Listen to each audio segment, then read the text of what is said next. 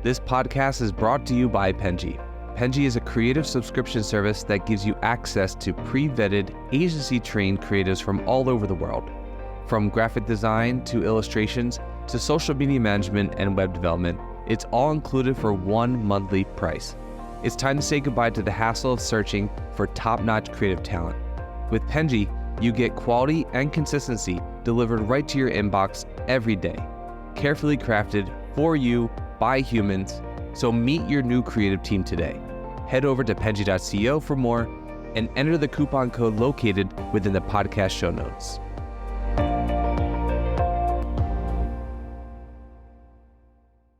Hello, everyone, and welcome to the Fully Managed Podcast. James, thank you so much for joining me. I really appreciate it. Thank you very much for having me. This is awesome. Yay! Okay, so we're going to start today with a game. Let our creative juices flowing. As you are creative, I think this might be fun for you. I hope. So the game is called Rebrand This. So, we're going to take a famous brand and we're going to have you come up with like a new strategy to bring it to life. I know you're creative, so this could involve the creativity around it. It's whatever strategy you want to take on your end. But so I'm going to give you one. Does that sound good? Yeah, sounds awesome. Okay. Blockbuster.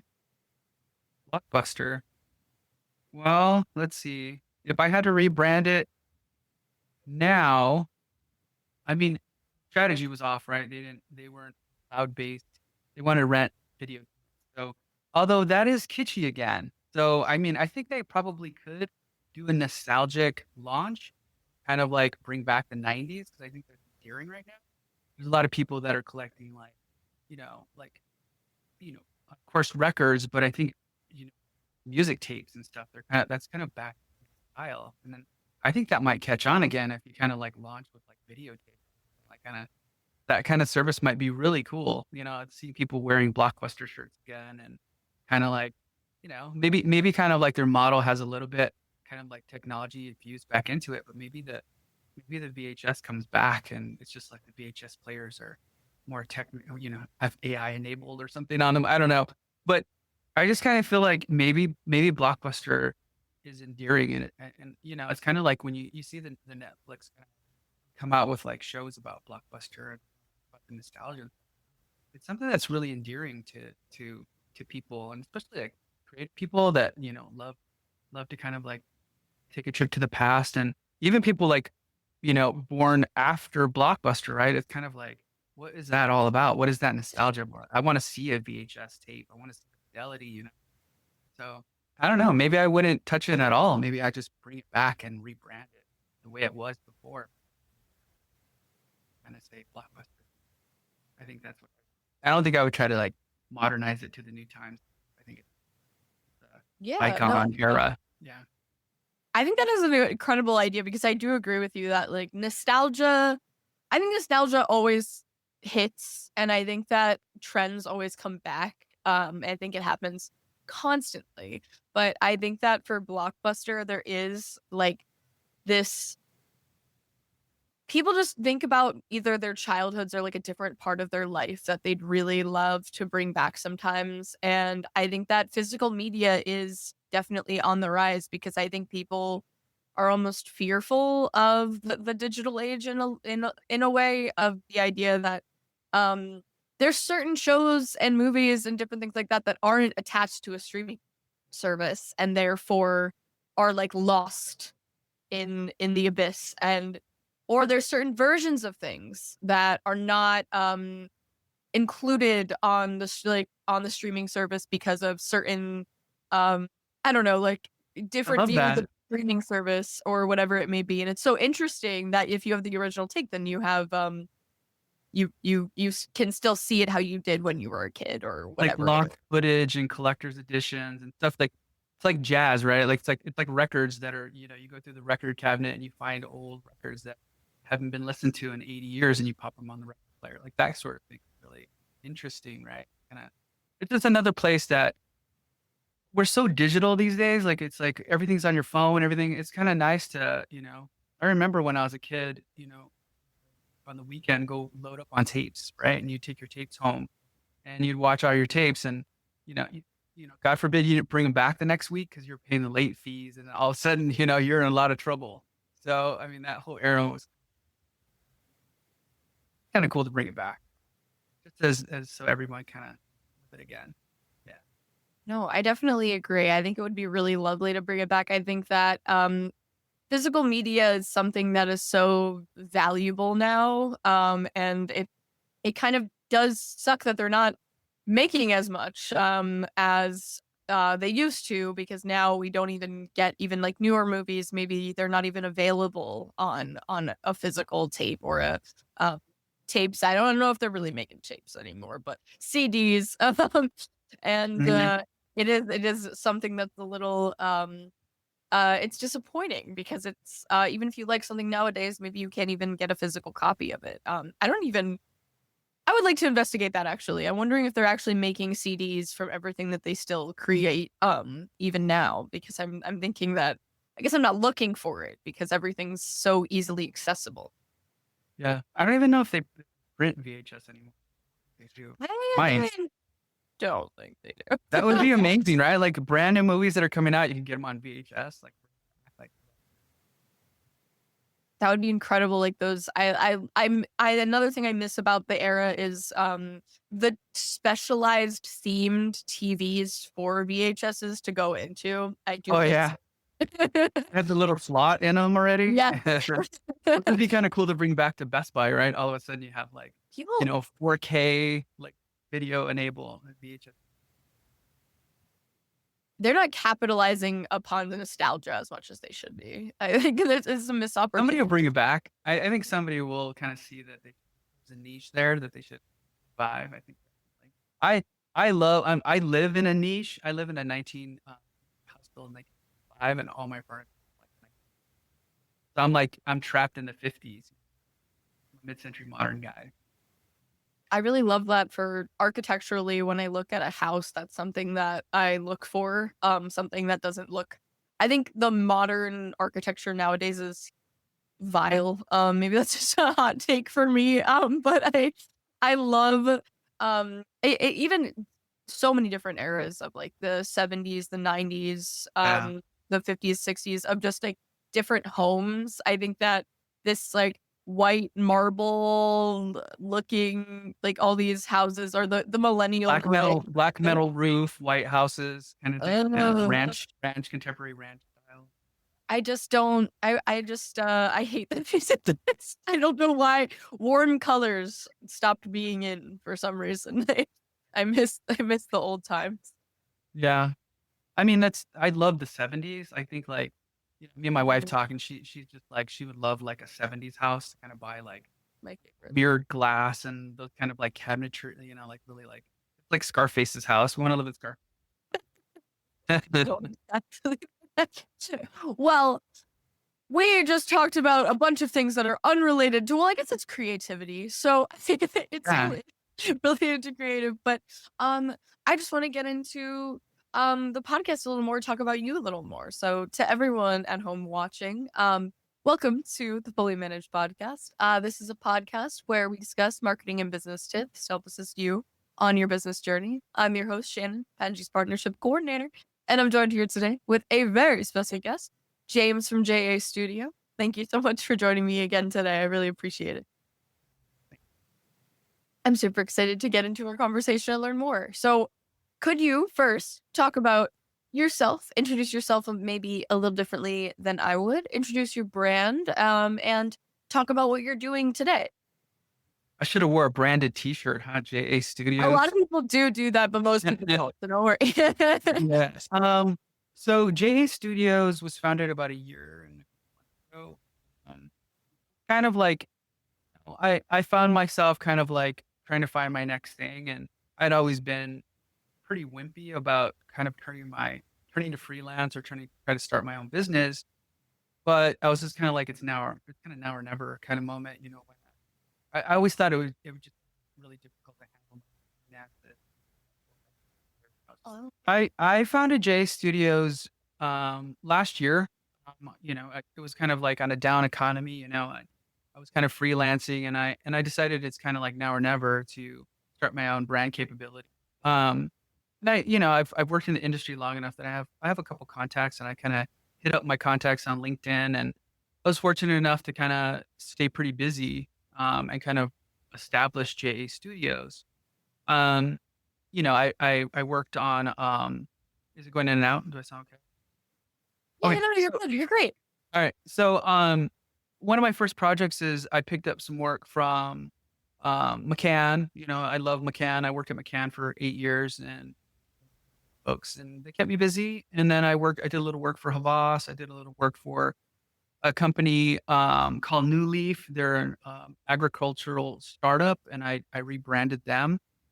Kind of like, heads to tails. I like new logo, new colors, new fonts, new iconography, new everything, like new, entirely new. And they're like a VC backed startup, and I was able to do their packaging and everything. So, it's kind of like amazing that we can help companies and entrepreneurs find their way and kind of establish their goods so they can be profitable. Capitalism, love it. Yeah. Um, I'm all about capitalism. So yeah, so JA Studios is my love. It's branding, it's brand worlds. I do a lot of brand world, and this is kind of what I really love is I established kind of the North Star for advertising. Like a strategist will come to me, an agency will come to me, and they're like, here's the top tier thinking. We're, the client and everything, and we want to establish it, and we want it to look like this. And I'll come back and I'll establish like really crafted design exploration, illustrations, and I'll pull stuff from all over. I call it jazz. I'll grab stuff from all over the place, and I'll make these mood boards, and then I'll kind of like, apply more of a scientific kind of treatment to them. And my approach is being like modernism and, I don't know, simplified, something. I typically go and I name them something so that it's something that they can kind of aligns with their strategy, and they could kind of adopt it and maybe kind of Frankenstein some pieces together that they like. And it's really successful. It's kind of proved to be a way that I can create brand worlds effectively.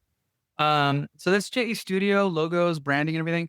But I'm like a technology guy. So um, I love AI. I mean, I've been doing a lot of Gen AI work, a lot of motion work. I'm the kind of person you didn't have to like nudge into AI. I just kind of gravitated towards it naturally. I started using it. As soon as Midjourney came out, I started tapping into it, and you look at it now, then to now, it's quite different.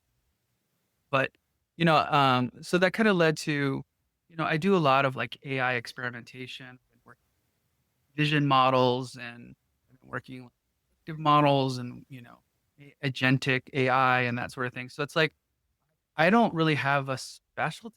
I love mid-century modernism. I love to renovate houses. I love to build brand worlds. I love to tinker with AI. I love like drones. I love 3D printing, laser engraving, green printing. Like I'm just kind of like a little bit of everything. So it's really, I've had to really focus to try to be focused and say, JA Studio is branding. We do brand worlds. And then I create another company. It's like company does AI, trying to segment myself so people find that need and kind of reach out to those entities. And as far as like my overall, I've been in this industry probably my whole life. I started kind of illustrating when I was really, really young, like early James.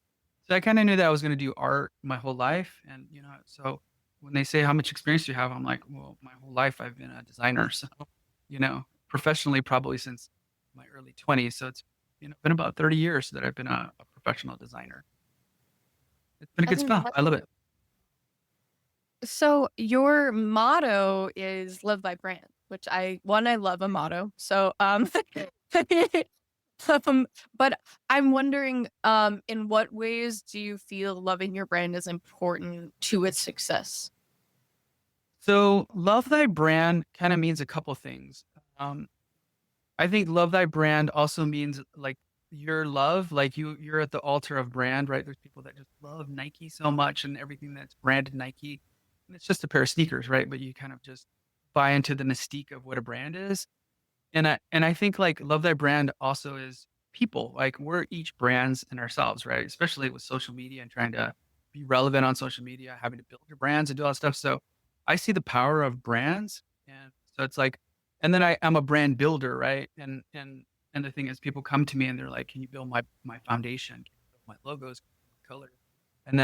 And I also like imbue that with emotion, right? Like if you want to be an emotional brand, you want to be dynamic, energetic, you want to be joyful, optimistic, like those are all things that need to be grounded in the meaning of the brand, right? And those are the things that strategists do. They kind of pick apart and they build it back up so that brands know what they stand for in the brand personality. But I do that visually, right? So it's like I establish color theory, right? Like if you come to me and you're like, oh, I'm a passive kind of chill brand, you'll have muted, more chill colors. If you want to be youthful and exuberant, I'll throw in some bright yellows, some bright blues, some greens. You know what I mean? Like, and it's all psychology of visuals, and I think that's part of what we build into it. I'm not sure the normal consumer understands that, but it's very much like intentional, the emotions they're feeling when they look. So that's where Love Thy Brand comes from. Like you come to me, I'm hopefully, go through the process and you're going to love thy brand, and other people are going to also love your brand and successful and $1 billion and everyone high fives. I live in Detroit and I'm seeing that it's snowing outside and it's bumming me out because it was like 70 yesterday. Oh no, it was also 70 yesterday here. I'm in Philadelphia. I think it is supposed to snow like later this week though, so it's a crapshoot apparently. Yeah. I'm so sorry. Nice. But I do love that being your motto. I also think that it's great to understand a brand and the vibe that it kind of gives off, because I do think psychologically focusing on the consumer and what vibe the brand gives off in order to reach the consumer that they're looking for is really great to create that, because I think that a lot of people have a vision for what their brand should look like, but they're not necessarily considering the type of consumer that they're looking for, whereas they think something just looks nice, and that's not necessarily like they want the client to love their brand and they also want to love their brand. And I think that there's like a balance there of creating something beautiful and something that will also attract people to you. Yeah. Like I've had clients come to me before in big, big, big companies, and I just kind of tell them, like, I think the key word is vibe. And I keep telling them, like, the vibes you're throwing off are not welcoming. I don't want to welcome you into my home and, have your furniture in my house, because coming off a little bit kind of like standoffish, kind of like, Mhm. I can't acquire you because I can't afford you, or, you don't match my aesthetic. And I'm like, there's brands that do it really, really well. Like I love Bombas. I think Bombas is doing a good job with their like soft socks and the envisioning bunnies in their socks and all the, like it's surrealism. And then the music is ethereal. And those are the things that kind of like, I see what they're doing. They're inviting me into their soft, comfy world, And that pertains to everything. Like every product that comes out, you want the consumer to see it and say, I want to become part of that, or I see myself in that product and I want that product here with me. You know what I mean? It's a tough thing to do. It's a tough thing to accomplish. And I think a brand takes many, many kind of like different approaches. Like it's the music, it's the color, it's the texture, it's the storytelling, it's everything, the voices, the voiceover. There's just so many things that just have to hit and be perfect. And I think I often, say this, like people that win a Cannes Lion should win a royal crown too, because you have to kind of like, you have to maneuver clients, maneuver everything working against you to ultimately get to this thing that is magic. And it takes so much fighting to get to that magic. I mean, unless everyone's on board and you have the perfect agency on the planet, perfect client, but usually it's a bunch of hurdles to have that beautiful nugget of creation. And, a lot of people had to fight to keep that beautiful and clean. They deserve more client. Yeah, there's so many factors that you have to consider when creating a brand that are working against you or maybe not ideal. And it's something that, and also balancing that creativity while also being authentic as well. I mean, I think that a lot of people are being creative, but they don't realize that they get influence from somewhere else. And I think that everyone gets influence from somewhere. So that's not really not being creative or not being original. But I also think that it's like you want it to stand out always. That's usually what people are looking for. And that's also difficult to balance with all of these other things, of like consumer behavior and what personally you like as creating the brand. All of these different things, but it's also um, being authentic, but also being original, which is so difficult sometimes when people don't realize that they're taking influence from so many different places. Yeah, I mean, I've worked with a lot of designers and I've kind of mentored a lot of designers, and my whole thing is like I learned early on that I'm not gonna create anything that's been done ever before. Like a lot of great art has been done before. It's hard to like cut out and just be like, I will never done. You know what I mean? I'm a snowflake. But I think more of what we do is I call it jazz, right? So it's like we're being influenced by eras, by colors, visuals, our favorite illustrators, our favorite photographers. And the way that, I always tell them, you're not going to copy this. You're going to take little influences and then you're going to like filter it through your body and then you're going to output it through your hands. And that'll be the original you because you're going to put a spin on it. So don't try to just, I used to be really hard on myself about not copying anybody. I had a creative director that told me there is no original anymore. Like everything's been done before, so Yeah. good luck with that. So I took that really to heart like 20 years ago. And I started kind of this method of like, no, I'm not going to be that hard on myself. I'm going to like, for like fonts, I love typography. I'll use a font instead of making a font, I might edit the font a little bit. I might add some technique to it, but I'm not going to go build a font every time I need a font. That's kind of it. You know what I mean? Like, and I love to work with illustrators and photographers. And I am an illustrator, I am a photographer, but they're just people that just, inspired me and they just do such beautiful work. So that's when I put my art director hat on and I'm just like, I'm gonna hire this illustrator and I'm gonna work with this typographer and we're gonna create jazz together and the output's just gonna be magic.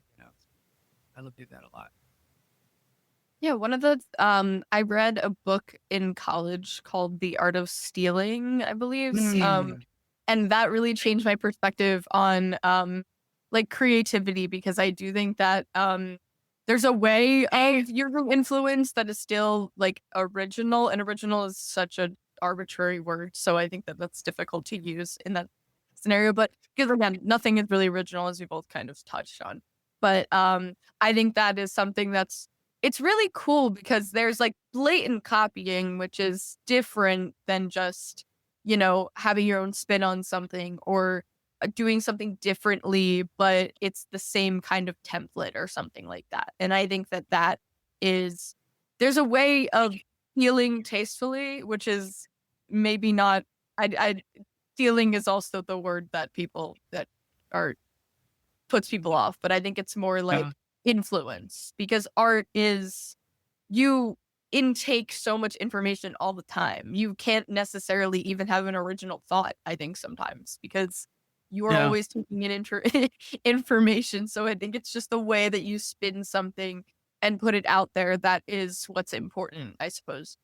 So your stealing thought kind of makes me think about Gen AI and just kind of the overall perception of, there's a lot of illustrators and designers that I work with that are kind of like guys falling, AI stealing my Mm. jobs, they're stealing creativity, they're using data to scrape these illustrator styles and all this kind of stuff, and until they pay them and then it's fine.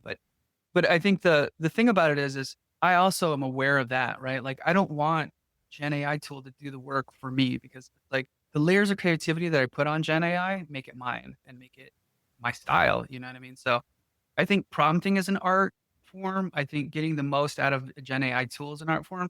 Then I think taking an output, cropping it, setting some type on it, putting it in a special place on a t-shirt or in a design, adding more to it, building, seed files to be able to reproduce it, replicate it, add motion. I think that's where art comes through. That's where it's a tool that we're just dialing in and just like it makes you excited and it makes you kind of want to use it, change it. I think it's a positive thing. I don't see AI as kind of a dangerous thing. In fact, I have a company called Killer Robot. That's a list, and we make AI tools and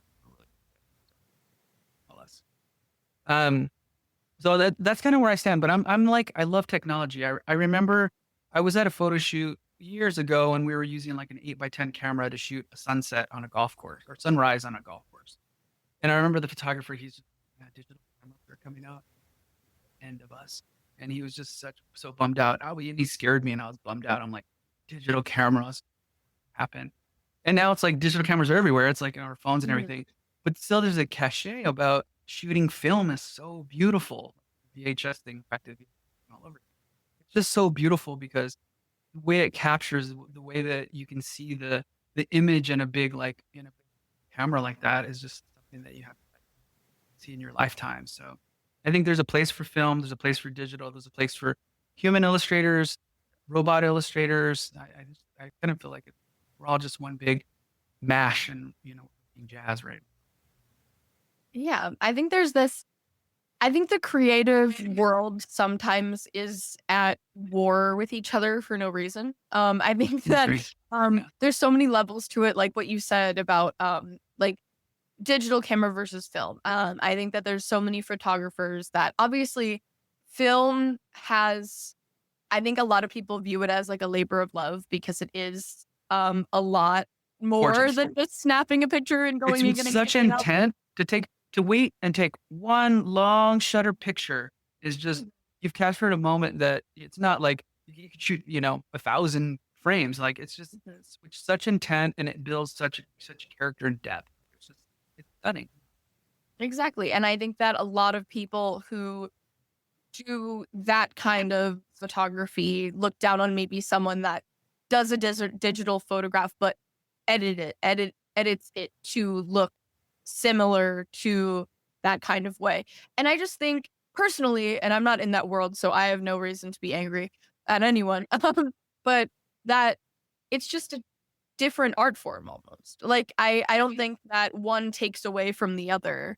I think that editing something to look in a way that you want is still artistic because you are doing steps to create something. And I don't think that there's a reason to compare all the time. I think that obviously if you're pretending something is what it's not, is I guess different of the idea of this was taken on film and it was that's a different thing. You're just lying. But I think that there's not a reason to be at war constantly for different art forms that take less work or do more or whatever it may be because you don't know what goes into that. And there are things art is so objective. The banana being duct taped to the canvas in I think it was New York City.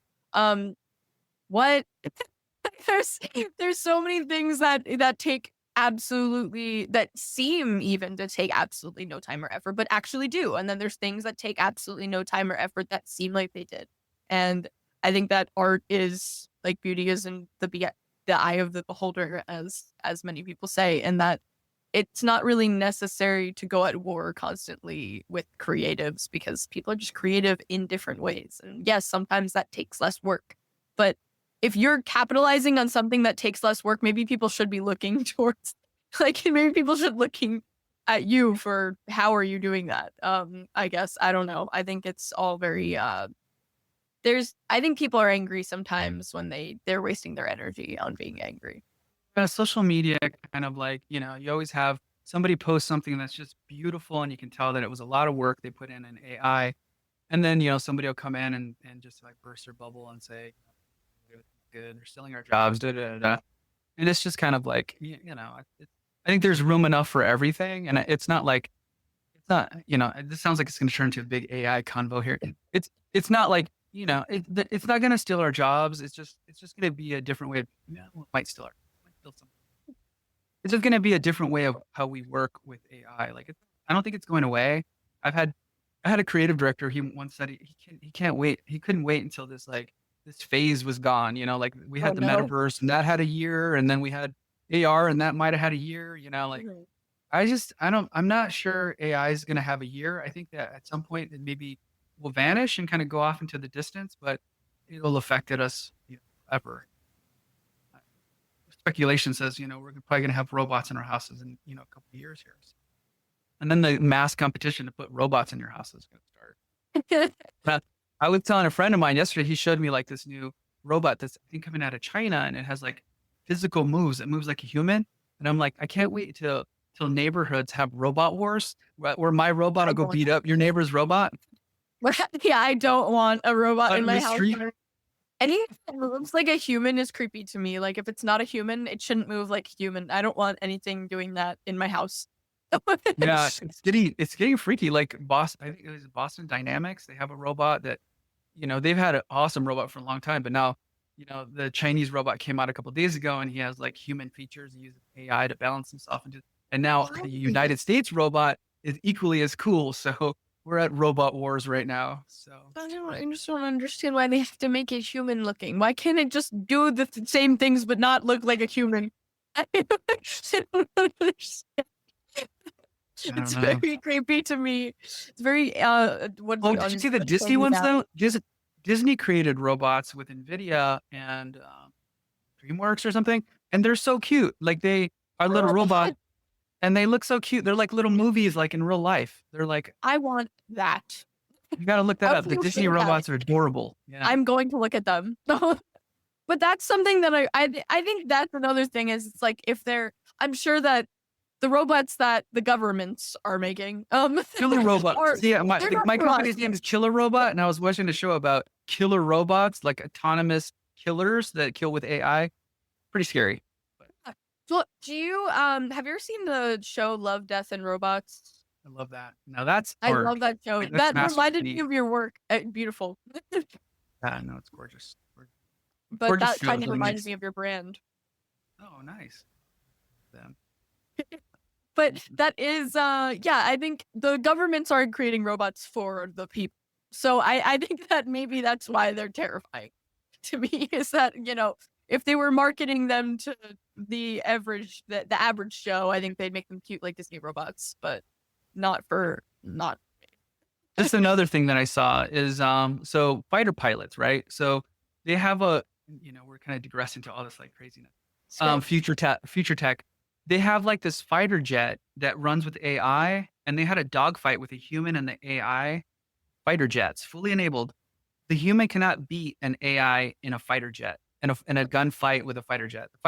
The AI maneuvers the plane in ways that humans can't withstand, the gravity and all this stuff. Like, so once we have fighter jets that could kind of fly to other countries and they're fully autonomous and they can think on their feet and kill on their feet, game over. And that's probably like they're already More testing that terrifying. stuff. So Yeah, I mean, like drones were the start of it. I mean, we're getting to scary war times, but it's alright. It's alright. I mean, I there's think lots that of things to be anytime excited about. something, yeah, I like to be hopeful that every time something really, if I don't know if I should say something really bad happens, but when something is created that is maybe too much, I think that a lot of times we kind of realize it and go back, I guess, if that makes sense, or just a trend, I suppose. Well, like, you know what I'm saying? so we're talking about. I mean, we're not talking about graphic design anymore. We're talking about AI. Yeah. AI. I could never stop talking about AI. So one of the things about like what I set to do with this company Killer Robot is AI for the greater good, right? So when you think about, of course, you have the negative side. The humans are using AIs to do bad things. But then another thing that we're working on right now is patient care, right? So like you could use AIs to kind of help somebody live well and engage with their doctors, and doctors engage with you and get data and being able to analyze your X-rays and your MRIs using Vision AI and all this. Like we're actively working on projects that will do that one day for people. Like when you're a little kid, they'll run a 23andMe on you. They'll figure out like what makes you tick, and and make sure that you're well your whole life and the way that you're getting medication. Like that's like a beautiful thought, right? Like no more mistakes in your diagnosis. You don't get the wrong medicine anymore, and it's a little bit better. Your life's a little better. Like I kind of like AIs for stuff like that. Yeah, that is a beautiful thought. I definitely think that there is so many things. I think maybe it's your perspective on humanity sometimes is there's so of the way that you look at advancements, because a lot of people will see an advancement, especially in technology, and assume that it's going to be used for harm. And a lot of times it is historically, unfortunately. But there's also a lot of examples of it being used for good. And I mean, that is, the scientific exploration is for the advancement of humanity, and whether that's for good or for bad is kind of depending on who gets their hands on it. And I hope that with the advancement of AI, more people have access to it to work on it for good. Because I think that the every average day person, rather than a person in power, will more likely try to use it for good than maybe a government. Yeah. It is very lovely to see those kind of advancements, because it's true. There's so many things that are not addressed in the medical field solely because we are humans and we can't think of everything at once. Whereas AI can probably scour the internet for these symptoms, find so many different things that could maybe be wrong and address all of them, rather than a doctor misdiagnosing you, not even because they're like it's malpractice, it's solely because they're just a human being that thinks of that thing first. Or and that could be such an amazing tool to utilize. So we're playing right now. I have one of my close coworkers that I've kind of brought into our team. He's a data scientist and just an amazing programmer. I gave him a pair of Meta glasses yesterday, right? So Meta glass, you can take pictures, you can kind of hear the AI through your ear, and it works with the Meta AI, right? So what my dream is jailbreaking those suckers and having them work with my AI for doctors, right? So like I go into my medical clinic, my doctor's wearing a pair of Meta glasses, and he can ask for a diagnosis or ask for the latest research on a particular some research on a particular ailment, and he could get feedback right away. He could use his glasses to take pictures of a thing.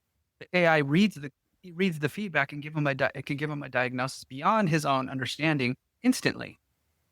So those are some things that I'm thinking about that I want to make. That would be incredible. I would really, really I'm happy to send it on a hopeful note. We went into war a little bit, but I'm happy that we had Let's cure cancer. Yeah, exactly. No, AI it does have the ability to do a lot of good things. And of course, with technological advancements, there will always be harm that is done. I think that And is bias. Bias is yeah, also harm, right? So like yeah, our own insecurities, the way our society is, like we feed that into the AI. exactly. But I think that with good with bad there's always good. And we are a little over time, so I will be cutting us off right now. But I'm happy that we ended on a hopeful note, because this is absolutely the capabilities, I think, sometimes of the capabilities of something I think really worries some people. And I think that it definitely is the way of thinking. It's hard to not think of the bad things, but I also think that it's nice to recognize what something is capable of for the better of humanity. And I think that addressing those things, thank you for bringing them up, because I don't think about them all the time either. Well, you said we're over time, but I thank you for reaching out to me. Like this is awesome. Incredible. We can definitely do this again sometime. I would really love to pick your brain more about this, because this was very fun. Yeah, anytime. Just give me a holler. Thank you so much. And thank you everyone for watching and or listening. Don't forget to check out other episodes to get to learn like I get to do from this podcast every time. Thank you so much, James. I really appreciate you again. And thank you, everyone. Thank you. You've been listening to Fully Managed, brought to you by Penji. Check out the show notes to learn more about today's guest. And to learn more about Penji, the human-first creative subscription service, head over to penji.co. And by the way, if you're still listening, it would mean the absolute world to us if you were to share this podcast with a friend and, of course, subscribe.